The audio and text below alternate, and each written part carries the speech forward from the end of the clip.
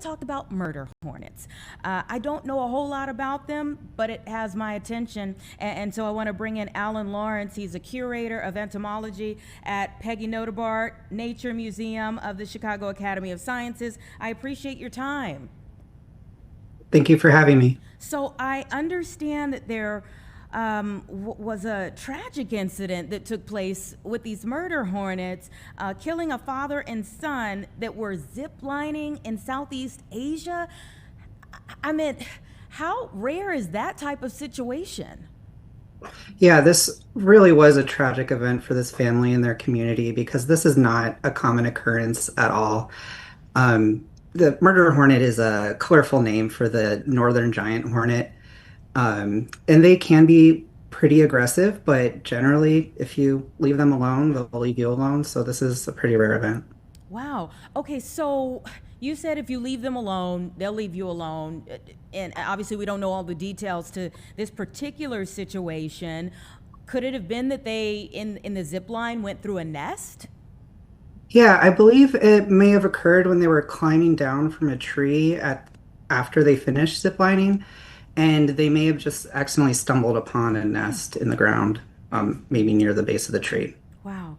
And like I said, this was in Southeast Asia. Do we need to be concerned about murder hornets here? Yeah, fortunately, we do not have northern giant hornet in the United States.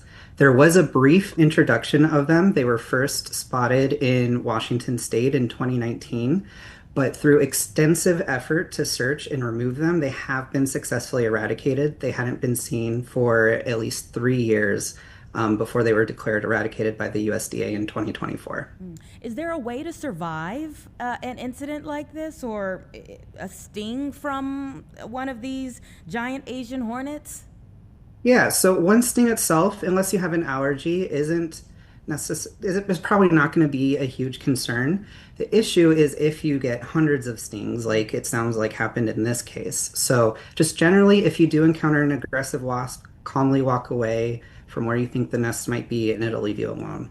But if you do accidentally disturb a nest and they come out in full force, just move quickly in a straight line as far away as you can get until you find an enclosed area.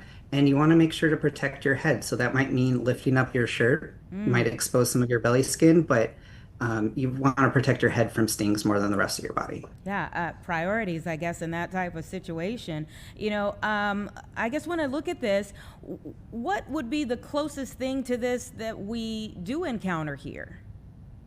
Yeah, so there are some rather large wasps that we can find around here. The European hornet is one. Bald-faced hornets are another, and then there are cicada killers. The first two are social wasps that can be a little bit more aggressive, but again, leave them alone. They generally leave you alone. The cicada killers, these are very large wasps that are solitary, and they're very unlikely to sting, and if they do, you probably might not feel it. When incidents like this happen, and we do report them in the news, do you feel like you get like overrun with questions like with everyone thinking it's going to happen to them too? Yeah, a little bit, especially, with the name murder hornet going really viral. So I try and make an effort to stick to their other common name, northern giant hornet, and really just sort of lay those fears to rest. Yeah. What are some of the things that you all have on exhibit?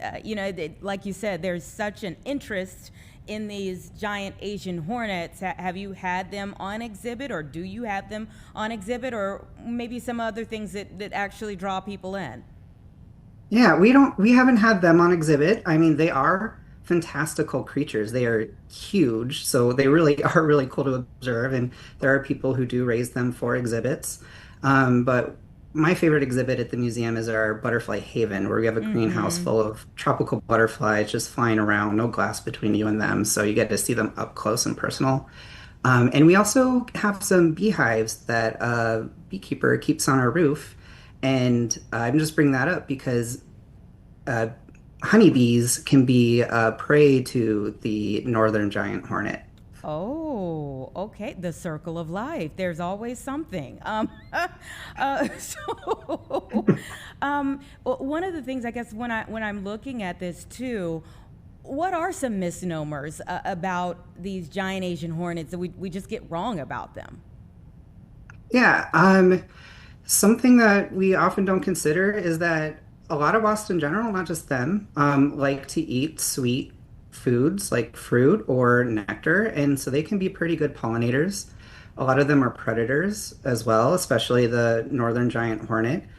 So they can help keep more like pesky insects under control. So they can be beneficial in multiple ways.